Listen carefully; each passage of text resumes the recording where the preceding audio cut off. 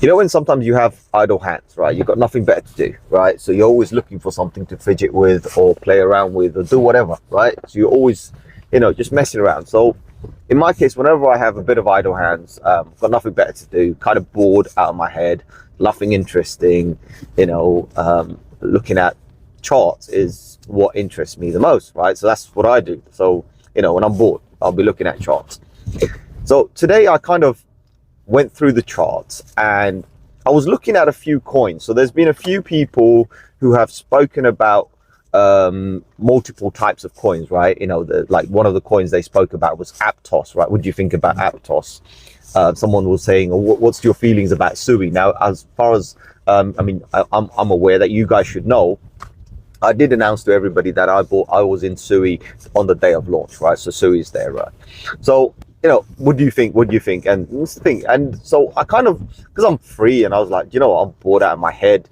Let me kind of look into these and see what's going on. And I'm going to tell you this, right? So this is complete transparency and also a little bit of a disclaimer so you understand, right? Anything I'm about to say here right now is not financial advice. And whatever I'm going to mention right now is just my opinions.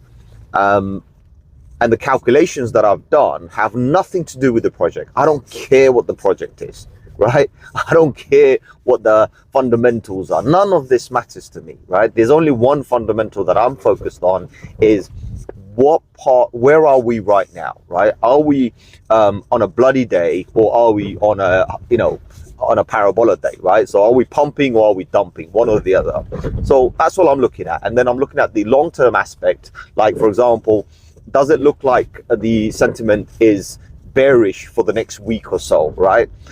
Do we need a correction? So those are the kind of things I'm looking at. And if we do, then what's the probabilities of a particular coin going down, right? And for you to understand the formula, I'm just going to give you an example. And I hope you have any charting tool where you can use a measuring tool.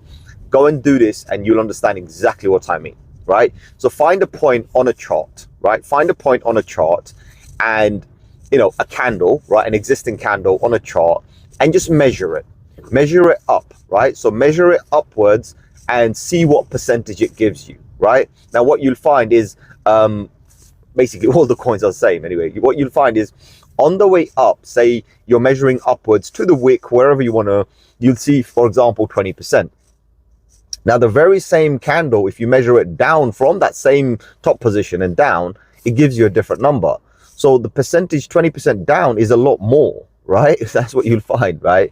It's like 20% up is like 20%, 25% down or something like this. Weird, right? So you get a bigger discount, right?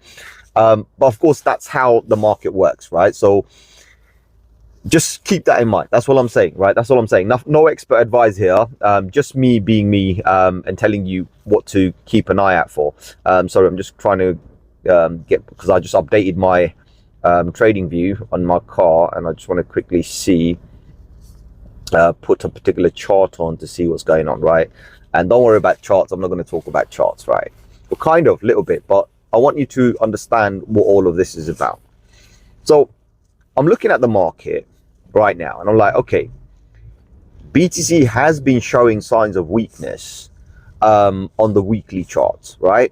It's overbought, screaming and shouting overbought. But we do know that for these things to start dumping down, a lot more has to happen and it could last for weeks, right? It's a slow grind. Weekly stuff is a slow grind. It just doesn't happen all of a sudden unless it's a black swan event, right? So you have a black swan event where all of a sudden BTC can, lose its like support, whatever you want to call it, right? So let's just say this way, like I'm talking about liquidity, right? So for example, a whole bunch of people have traded long. So they're super long, and all of a sudden something happens, some sort of a manipulation, whatever you want to call it, and the market collapses, and all of these people are then liquidated, as and the whole effect is cascading. So one by one, everyone gets liquidated to the point where we dump 10K in a single day. That could change the RSI, stochastic RSI, that momentum, that's that relative index that we're looking at, that could definitely change it, right? That's a sudden drop, so that could impact it. But other than that, it's normally a slow grind, right? So that's why we're not too concerned. Even when we're high up, we still have room to grow unless we're pointing downwards. So far, we're not pointing downwards, but there is a bit of a conflict, which is where the weakness is showing, right? So it's not 100% guaranteed, but there is a bit of a weakness. Now, I've kind of boldly said on the last video, I said, look, the market could be looking at a correction at the middle of December. Now, all of this is not just me saying middle of December, just picking a random number, connecting a few dots, none of that business, right? I'm looking at historical value too. So historically, if you go and look at CoinGlass, for example, and look at the monthly returns, and what you see is during an actual bull run, every December, November, December, every quarter, last quarter is brilliant. But when we don't have a proper bull run, right? This is a bull run, by the way. But what I'm talking about is, like, you know, the parabola stuff that you see when you see the 1000% gains and whatnot, right? You know, 5x, 10x, 20x, whatever. That's not where we're in right now, as far as I believe, right? So I don't think we're there right now. So for me, because of that, I'm thinking that we might get a correction very soon. When it's going to come, I don't know, but I have put a rough estimate on it, right? You know, I've put a date on it, but I shouldn't, right? Because that's stupid of me saying that, because it could happen tomorrow, right? But anyway, I did say middle of December is when we're expecting this, right? So this is just hypothetical, you know, just a probability. So that's what I'm looking at. And then I looked at, remember what I said in the beginning? I said, if you measure something up 20% and then measure something down again, the percentage is a lot higher. So based on that, I'm thinking, well, if the market does come in for a correction, the total market cap, $1.3839 trillion today, right? If it comes in for a correction and does a $10 billion correction, right, goes to 1.3 or maybe 1.25, whatever. I'm not even giving you a number here, just, you know, being hypothetical.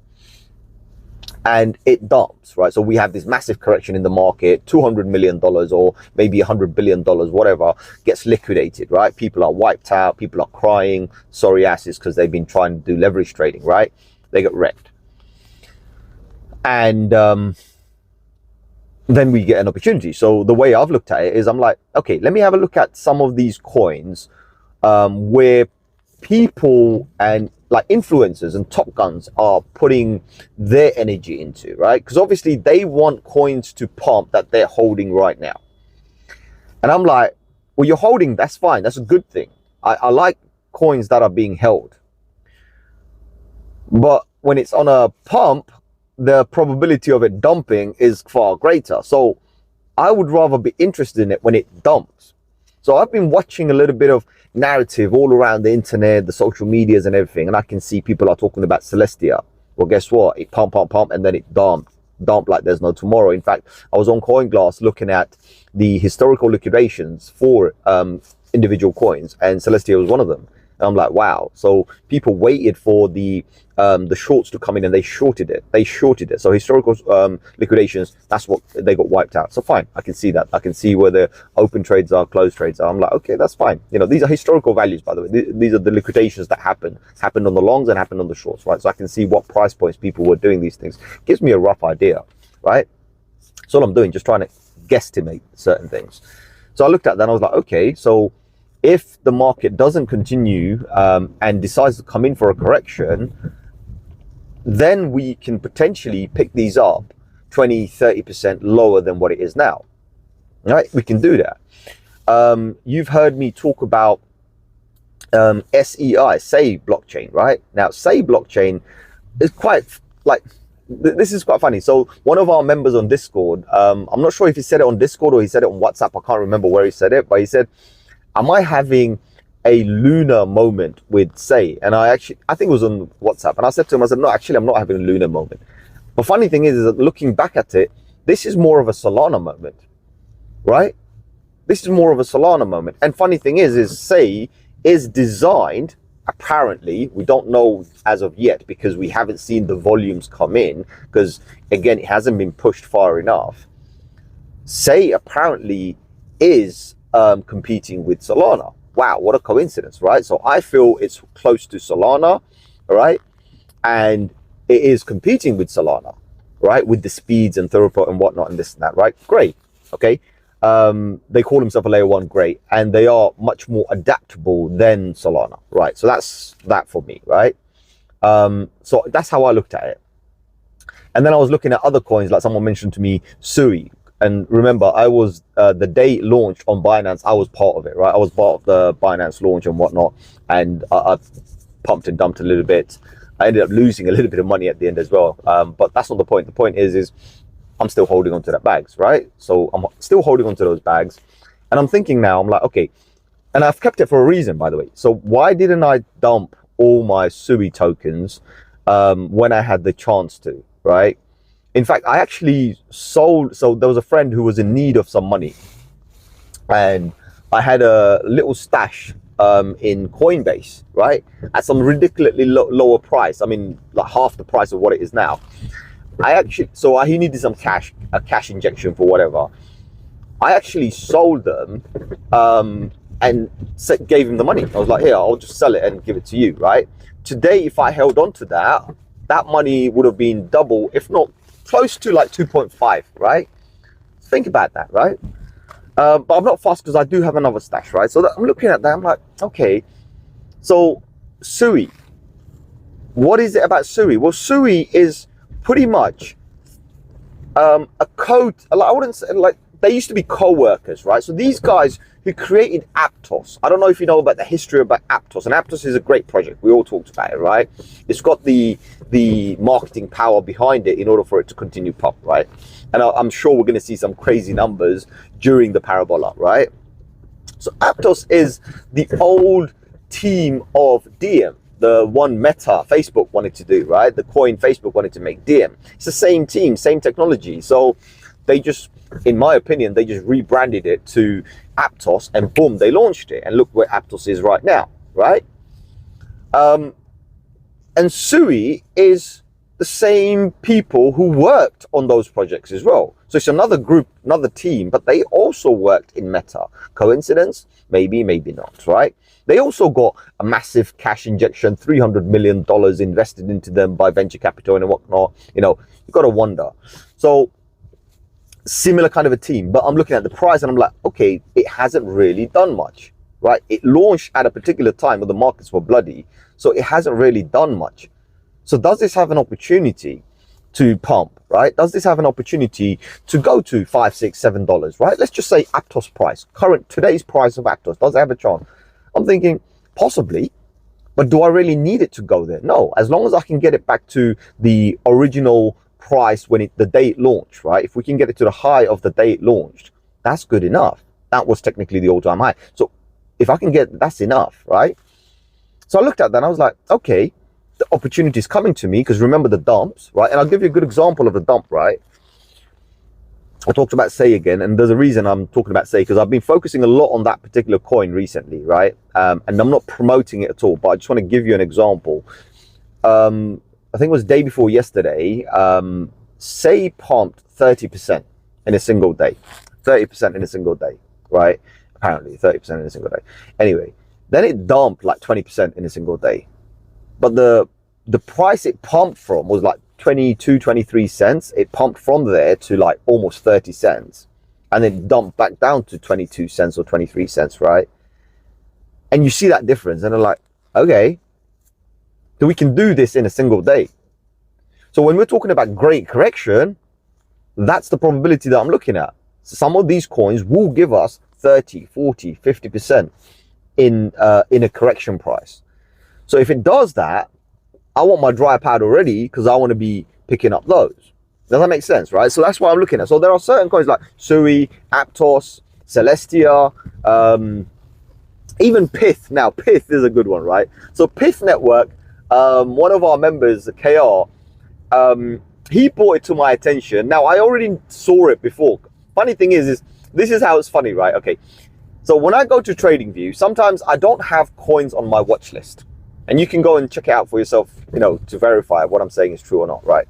So you go and you select some random coin, right?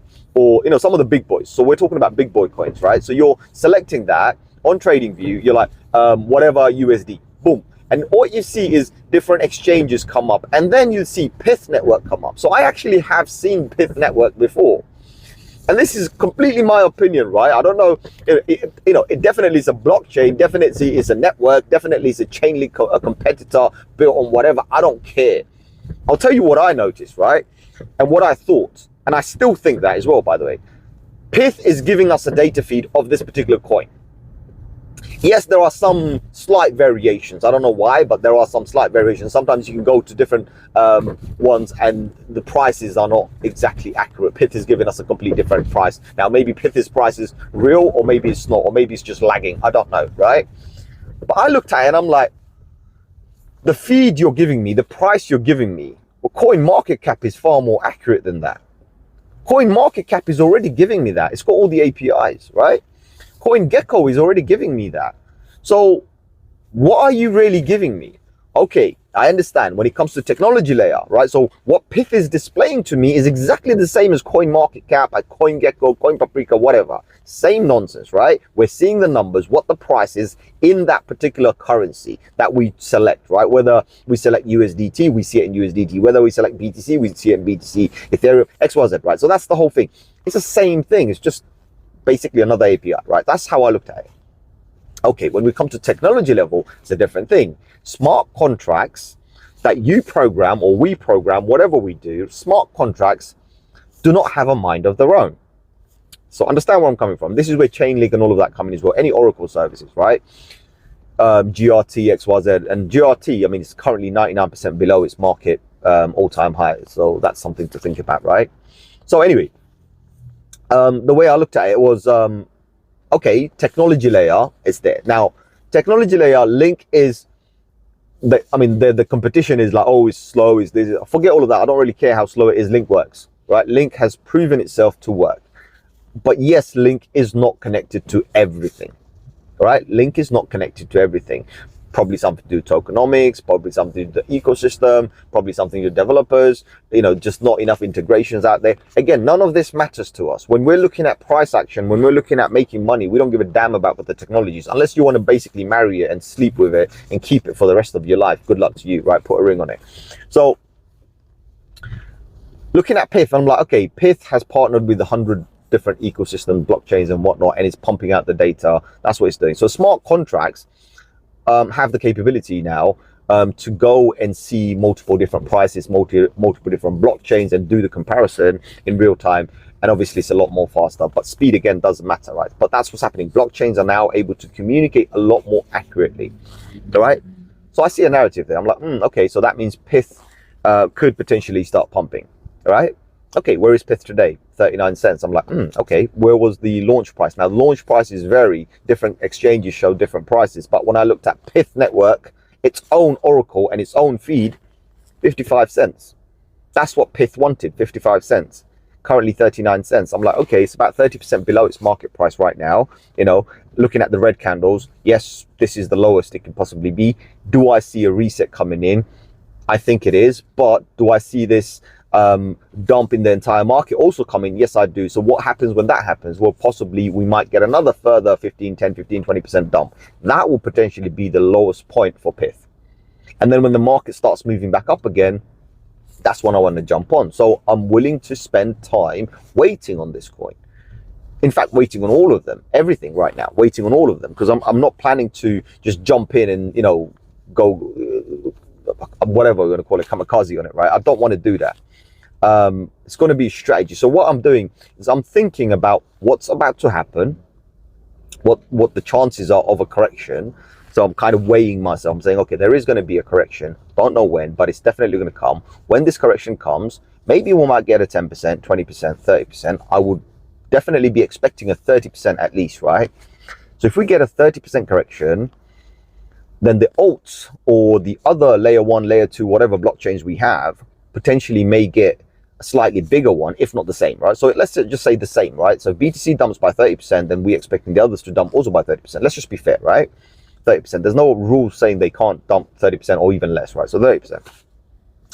So they dump that, then I got an opportunity to go in because I would rather buy on a red candle knowing that the red candle has reset to become a green candle. Does that make sense, right?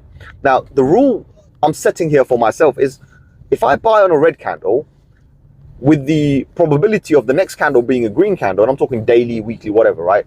Green candle, then I minimize my risk. It's all about risk. I'll minimize my risk. But right now, if I'm buying when the market is overbought, right? Market's, overbought, about to flip bearish any second now. Well, whatever I invest now is just going to bleed out. And then I'll be like, oh, I got a dollar cost average into this. Yeah, I put $100, it's now worth $50. Maybe I should put another $50 to dollar cost average. Well, you just dumped another $50. Why you do that for? Why don't you just wait for the bottom, put $100 and pick up like smart money does, right? So that's what I'm looking at. And I feel that a lot of these coins, there are good opportunities, right? There are good opportunities. I think we can actually definitely look at those, right? So, and this is, by the way, this, okay, I forgot to mention this, right? Okay, so if you watch it to the end, guys, I actually forgot to mention this. So there was a brother, he mentioned he wanted 20 coins for him, and I haven't actually given him, I've given him random numbers and random coins, but I've never given him 20 coins. This is potentially one of those videos. So I'm not going to talk about BTC and Ethereum like I always do. All right, let's just keep them as a bonus. So 20 coins, let's just think about this. This is a group of these coins that I'm going to give to you, right? I'm giving you, and again, no financial advice, right? So the coins to look at, just based on the last few days, what I've talked about, and right now what I'm talking about. And yes, there are some coins who have pumped thousands of percent. I'm going to give you 2 coins that have already done 2,000% pump already, 2,000%, but it's not over, right? Because the narrative is there, it's not over. So those are the coins I'm going to be looking at, right? And I'm going to give you a list here, right? This is me on a video giving you a freaking list, right? So please do understand, this is just part of that list, not all of the list, because these are the ones that I feel have a good potential to do some significant differences for people. Let's just put it that way, right? So I'm going to surprise all of you. The number 1 coin I'm going to give to you is Casper, right? The number 1 coin is Casper, KAS, right? It's done 2,000+%, 2,500% or something like this. Ridiculous, right? It's done already. But I'm still going to give you that as my number 1 pick. Current price today, I think, is 10 or 12 cents, something like this, right? Again, I'm not looking at the charts, nothing. I'm just giving you this, right? That's one where I would definitely plug some funds in, right? Now, listen, depending on your budget, we talked about budgeting and tea money and coffee money like yesterday, right? On the last video I did. And I'm kind of going to talk the same way here as well, depending on your budget. Now, if you have $100, $500, right? Anything less than $1,000, then my recommendation is, let's just say if you have $100, then I'm just going to say pick one. Get a dice, roll the dice. You've got 6 options. I'll give you 6 coins. Go and roll the dice, and whatever one it falls onto, give yourself some imaginary, like each number is allocated to this coin, and then just drop a dice and pick one, right? Because when the market starts moving, guys, they're all going to move. But if you've got a $100 budget, you don't want to diversify that $100, right? I know a lot of there are a lot of people, right, who want to invest a lot more, but they're afraid, and they will only invest minimal amounts that they can afford to lose, which is exactly what I recommend anyway. And that'll probably be $100, right? So if you're investing $100, right, you can multiply that by any number, but if you're investing $100, my advice to you is just pick one.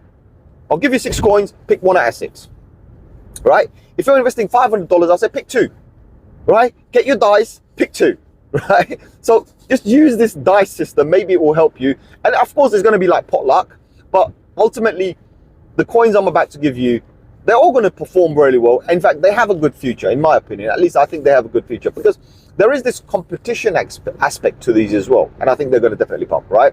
And of course, like if you have $1,000, then maybe you can diversify to 3, 4, even 5 coins, right? And if your budget is a little bit more higher, then, put a few $100s in all of them and you can buy all 6 of them, right? Let's just say that way.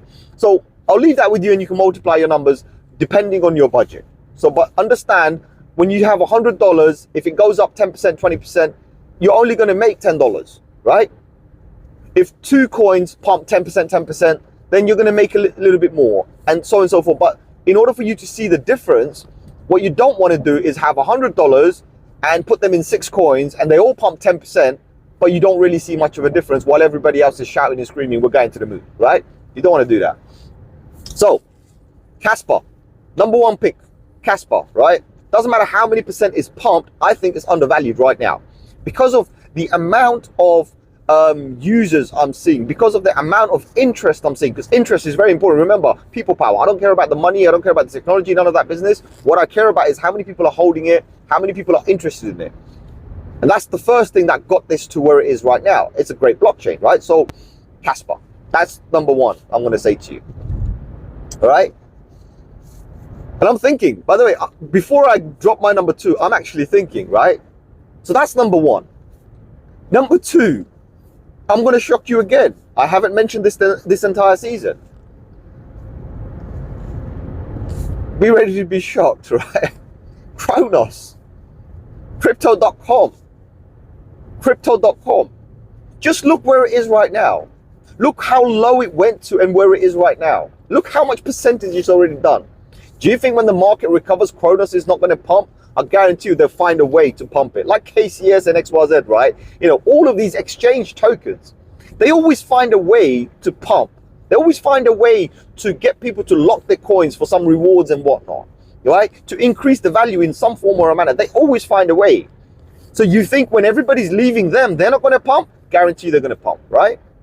So that's my number two. Number three, Sui. Number three coin, I'm going to say Sui. Because Sui is competing with Aptos. Sui does have almost the same investors involved in Sui. So the people who are interested in Aptos and Sui, they didn't just bet on one. They spread their bet. And I would say the same, spread your bet. Now you probably understand where the fourth coin is going to be. It's going to be Aptos, right? Yes, might be at $7 right now. So what? That's $7, right? Which is about 600% more than what it was when it launched. Approximately, I'm giving you an approximation. Again, I'm not looking at the charts or anything like this. I do have one chart here, but that's because I'm currently in a trade. So I'm trying to monitor the trade, nothing else, right? I'm currently trying to do a long on something, right? Now I'm hoping it works out, it doesn't collapse. I have a point where I need to exit, monitoring it, that's all I'm doing, right? If I have to add to my margin, I will. That's all it is, nothing else, guys. So Aptos is my number fourth coin. So I would say number four, Aptos, you know? And now you're probably going to be thinking, well, he's about to drop Say in there. Yes, I am about to drop Say in there, but that would be my number fifth coin. Again, it's not my number one coin, it's my number fifth coin, right? So the fifth coin is Say. Why? Because the market cap is low, the amount of investment it's had was low, the coin locking and unlocking, this and that. I looked at all of those things, and I'm also looking at the interest. When I go to the CoinGlass, right? When I'm going to CoinGlass and when I'm looking at all the projects that are being shorted or people are trying to long them, that gives me a rough idea of where the interest is. Remember, I'm only following the money. I don't give a damn about what the project is. So if someone comes up to me and says, oh, you know, SushiSwap is pumping today, I'm going to go and check, are people really interested? Are the whales interested? Are they trading millions of dollars, all right, or even hundreds of thousands of dollars of these coins? Are they trading it? Are they leveraging it? Are they doing futures on it? No. Well, hold on. That's just average Joe playing around with it. Good luck to you, right? I'm not interested. Maybe, yeah, if I hold a few bags from the bottom, yeah, great. But if I'm not, doesn't make any difference to me. I don't really care. Sorry, it's a bit dark. In UK, it starts to get dark around 4 p.m. Current time is around 4:20 or 4:30 p.m., something like that. Let me see what's the time. 4:48, sorry, 4:48 p.m. So it is kind of almost pitch black right now. I mean, I can see the sun on the other side. It is coming down. So yeah, the sun is setting right now. But anyway, that's not the point. So what was I saying?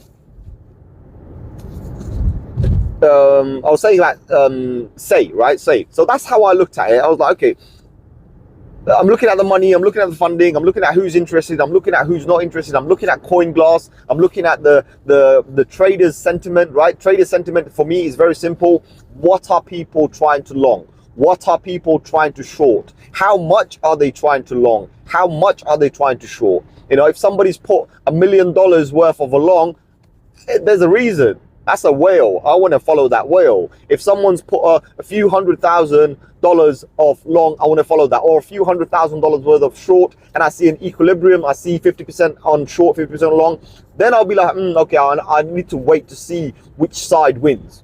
All right? So it's all about this kind of micro calculations that you're doing. I mean, I'm doing it in my head. I'm not doing it on a pen and paper or anything like this, right? Micro calculation, just to try and figure out the sentiment. So it's not all about looking at the chart and seeing the sentiment there. It's all about other market sentiment as well, which you're not noticing, right? Futures, you don't see what the futures are. Open interest, you're not looking at that. When open interest is low, that means the market is going to be bearish, right? It's already predicting the market is going to be bearish. Like, okay, interest is low, guys, get in, because it's trying to encourage you to get in, right? When you start seeing futures interest is high, oh, market's heated up. Right now, we're making money, right? We don't want any more people, because now we're going to, if we lose either side, we're going to have to pay you out.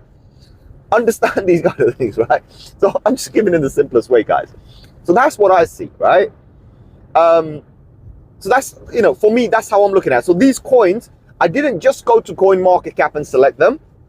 Some of them are top 100. Some of them are not even on the page probably. That's not the point, right? So I went into CoinMarketCap, I had a look at them. I went into TradingView, I had a look at them. I went into CoinGlass, I had a look at them, right? So it's not just me just randomly picking them out of thin air. There's reasons behind them, right? And you have to connect all of the dots to pick those coins. And that's what I've did. So I've picked those coins for the narratives, for where they are right now, what the sentiment is. That's it. Again, not marrying none of them. I'm not putting a ring on any of them. Simple as that, right? For me, if it's a one night stand, good luck. If it lasts a few days longer, happy days, right? Maybe a month relationship, no problem. I'm just a foreigner. I'm just a visitor. I'm going to be here. I'm going to be gone. That's it. That's how it's going to be for all of these coins, right? It's all about making the money, all about making more and more money. That's all it is. USDT, GBP, whatever you want to call it, dry powder. That's what you need, just more powder, right? So that's what I'm saying. Now, I'm going to drop number 6, right? Now, number 6, I had to really think, right? Number 6 is a coin that I already have. I've already talked about it. I talked about it 6 months ago, right? I talked about it when it was like $10 or $12.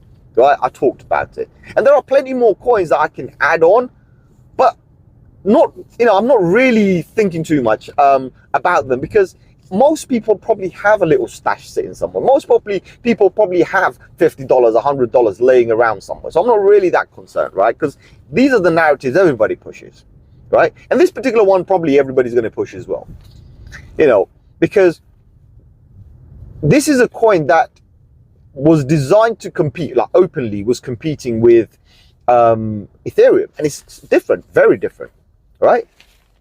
It was competing with Ethereum, right?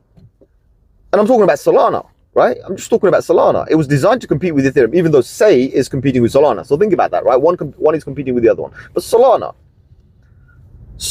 could have an Ethereum moment. What do I mean by Ethereum moment? When Ethereum went down to $7, $8, right? And never touched it, and then it went to like $80, $90, and that's when I jumped in. But this is where I think Solana is right now. So what's the probability of Solana doing right now? Solana from now, all it has to do is go to all-time high. That's it. I don't really care if it goes to $400, $500, which I think it probably can, right? It probably can. So that's something I'm looking at. You know, if you got the budget, pick up 10, 15, just leave it, right? It'll make you a nice little change, right? And then of course, if it then goes to, you know, $300, $400, $500 a piece, we're laughing, right? Not big change, but again, depending on your budget, guys, depending on your budget. Remember, you can always multiply, right? If I say you can buy 10, maybe 10, what I'm saying is $600 worth, right? That's $600 worth. But if you got 6,000, by all means. But again, I'm not telling you to buy these coins. This is just what I'm kind of thinking the market is, you know, might have good, how would I say this? Like, think about it this way. These coins seem to be those like who may have a lot of people power going into them, right? a lot of hype going into them when they do start moving, right? Some obviously are very low price, some are very high price, not very, but ultimately, what's going on here? So anyway, I think I've got a call coming through, but that's not the point, guys. So what I'm saying is, so the way I look at it is, there are coins on different budgets, right? But it's all about what you're going to do, how you're going to diversify. But ultimately, it's up to you what you buy, right? It's up to you what you buy. Also, remember something. This is quite funny as well, right? So I talked about this as well. Sometimes you got coins that have, like, for example, they're pennies. They're like cents, few cents worth, right? And they pump like 1 cent. Well, if you have thousands of those 1 cent do add up and make you a lot of money. And then sometimes you have coins that are like $100 and it moves $1.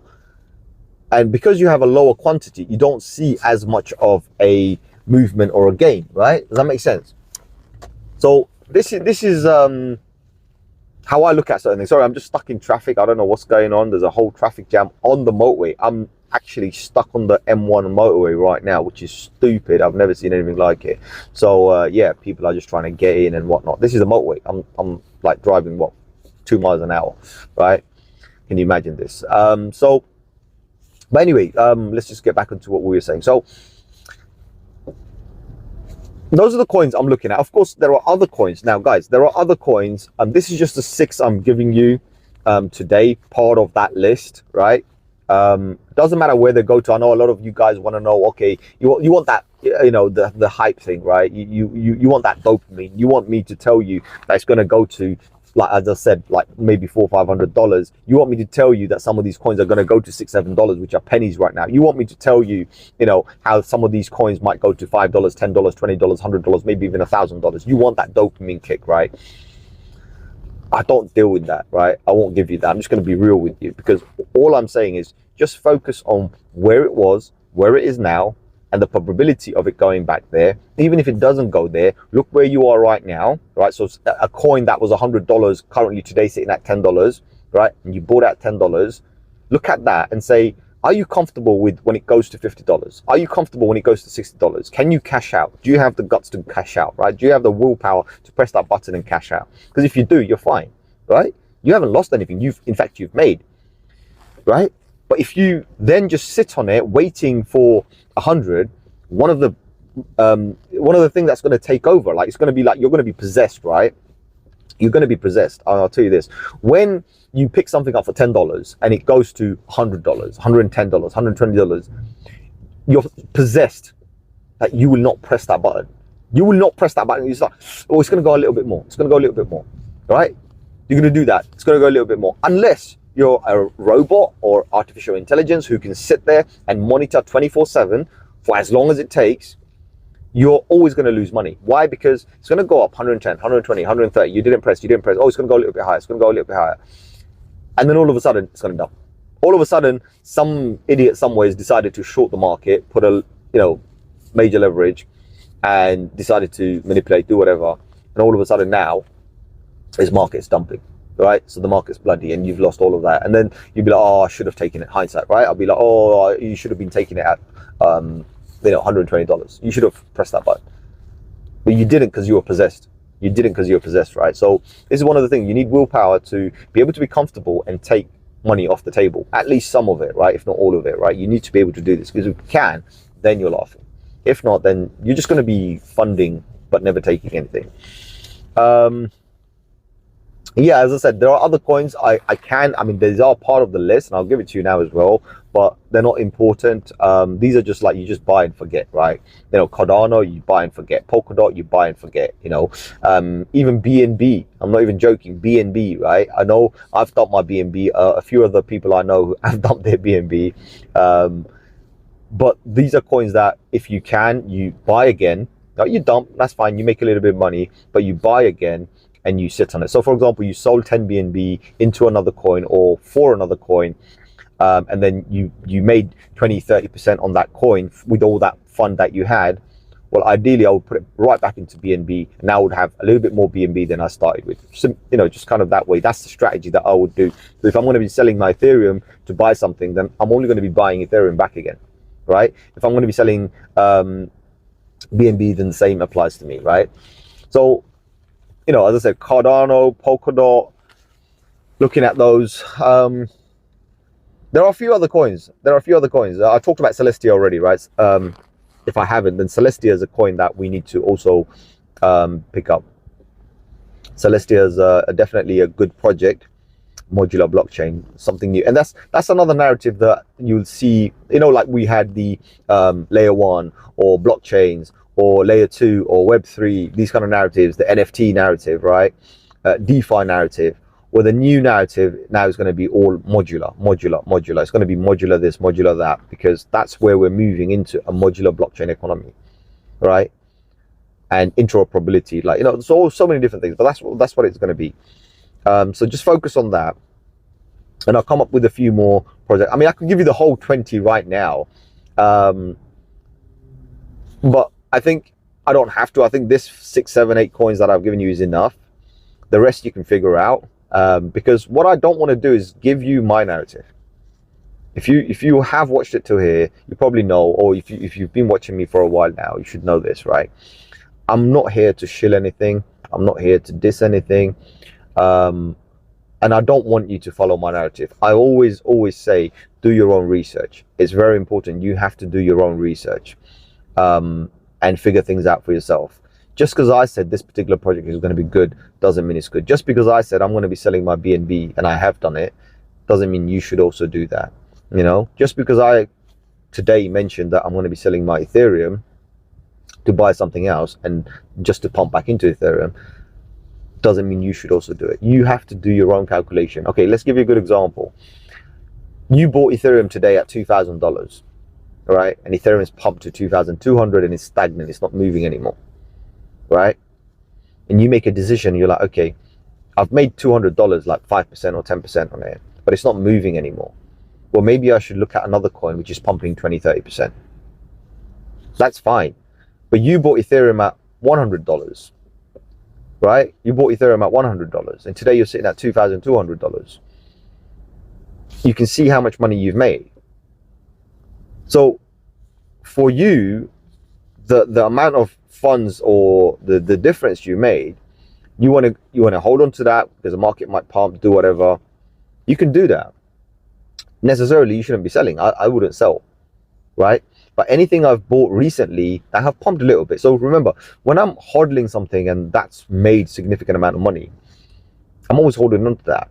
I don't want to let go of it, even if it's bleeding out, unless I desperately need cash, where, you know, in some cases I do, right? In fact, look, I'll give you an example. In the beginning, Sui, I had a whole bunch of Sui on Coinbase, and that's when Coinbase launched. I bought a whole bunch of Sui, and a friend needed some funds. I was happy to sell that Sui then, even though I knew the Sui is going to come back. Even though I knew I'm selling it for a loss, but he needs the cash. I don't need that coin. Happy days, right? And it was a good decision because, you know, now I'm looking at a discounted coin, even though it went up. By the way, from there it went up. The point is, I'm still looking at it. I'm like, well, if the market's going to make money, I'm going to make money altogether. Everything's going to make money. So yeah, listen, I can go on forever, and I think I'm not going to make too much sense if I start talking too much personal stuff. Plus, my videos are getting long. I don't want to make my videos long. In fact, I'm going to now purposely try and make my videos like 5 minutes long or 10 minutes long, because yeah, I can't do long videos, and I've noticed that when it's long videos, people don't even watch them. So when they don't watch them until here or something, they don't get all the information. They don't get all that layman's level of explanation I'm giving, right? All that basic explanation I'm giving, because I'm trying to give you descriptions and explanations of how certain things work, and I'm trying to do it in a personal way, right? Not a professional way, if that makes sense, right? Because professionally, I can just give you the pointers and leave you hanging, right? And, you know, coming back for more and this and that. That's not the point here. So I'm gonna make this any longer. I hope the information I gave you, the 6 coins that I gave you, makes sense. And all the data that I forwarded you, like data as in yesterday's video, how to identify those things. I've talked about CoinGlass and all of those metrics that I'm using. So I'm not just doing 1-2 matrix or just my opinion, but I'm basing it on a whole bunch of stuff. So it's not entirely up to the charts, right? Even if the chart is shouting and screaming it's bearish, I'll still be bullish on a particular coin if other data also show me that, right? If the charts are shouting bullish, I'll do the opposite as well, right? So you gotta sometimes learn how to weigh the entire like whatever's available to you. So all the tools that are available to you, use them to weigh what's going on before you make a decision. So yeah, other than that, guys, I think I've got a long way. I'm definitely stuck in traffic. Wherever I need to go to is going to be late, so doesn't matter. I want to puff on my little vape. So yeah, I'll catch you guys on another one very soon. I hope this was informative. Other than that, like, share, subscribe, and I'll see you soon. Adios, my amigos. By the way, just to let you know, this video is not edited. Yesterday's video was not edited. These are one-shot videos. Just to let you know, not scripted, not edited, one-shot videos.